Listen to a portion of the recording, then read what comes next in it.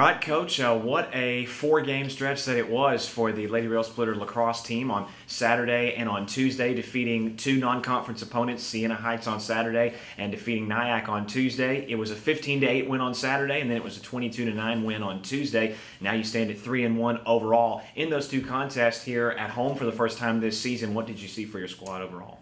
I saw, great goalie play for both games. Both goalies did a really good job.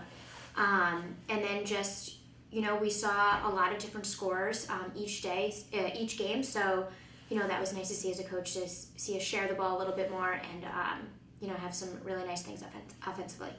And you mentioned the great goalie play that we had on both days. In the first game against Siena Heights, Shannon Novak with 15 total saves in that victory. And then on Tuesday, you had, a couple of goalies share each halves in the win, and because the defense was so great, didn't have a whole lot of saves in total because only allowed 9 scores. So defensively, definitely have been lights out so far in the early portion of the season. Yeah, it's been really great, and it's been great for Michaela to get some minutes in some competitive games, and then and then Shannon's just been a brick wall for us. So we've been really excited about it. And then offensively, having 15 goals on Saturday and 22 on Tuesday. And the win over Nyack here, we had 7 different players who scored in the victory. Kennedy Beechner and Amara Moss, both with 5 apiece. And really just a very consistent offensive performance in both of those contests. Yes, definitely. And, what I really liked about Tuesday's game was that 15 of our 22 goals were assisted. So that was great to see. So, I couldn't have been happier in that regard. You mentioned the 15 assists. That was a program record. 22 goals was another program record. And overall, so far on the season, to be able to put up these kind of numbers offensively 4 games into the season, it's got to help the team's confidence overall, getting off to the best start in school history. Yes, it definitely does. Going into our next game, we definitely know what plays are working and what aren't. And they've really been taking advantage of, the camaraderie they have with each other has really come over onto the field in terms of, offensive-wise and stuff like that. In that win over the Warriors, you mentioned the 15 assists. Another thing to point out is there were so many records that were broken on Tuesday, it's hard to keep track of all of them. Jacqueline Turner, who had 5 assists in the victory, that's another school record. And for a team that is able to distribute the ball around and get those goals shared around as much as the team was able to have on Tuesday, that's tough to game plan against.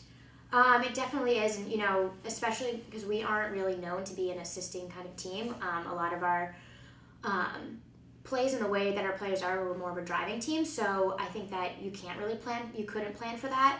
And I was really happy to see, especially Jackie, who's really, I'm hoping that was really a turning point from her in terms of production and moving the ball, because she is one of our better players in terms of looking to feed and stuff like that. So.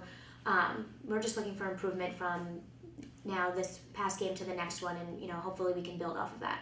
Also, how great did it feel to be back here in Harrogate after the first few games of the season were on the road, and definitely the team took care of business on their home field? Yes, definitely. That was nice to not have a 11-hour bus ride. But it's always great to play on our home field, because last year we didn't get to play on here that often because we had more away games, but.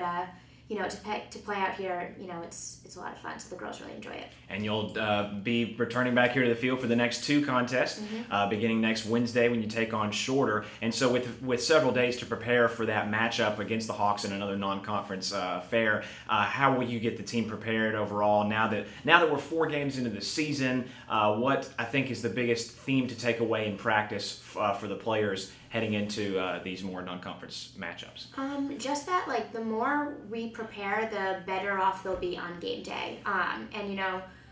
For these past few games that we've played, we actually haven't been able to get much of a scout, because for just about every team, it's been their first game.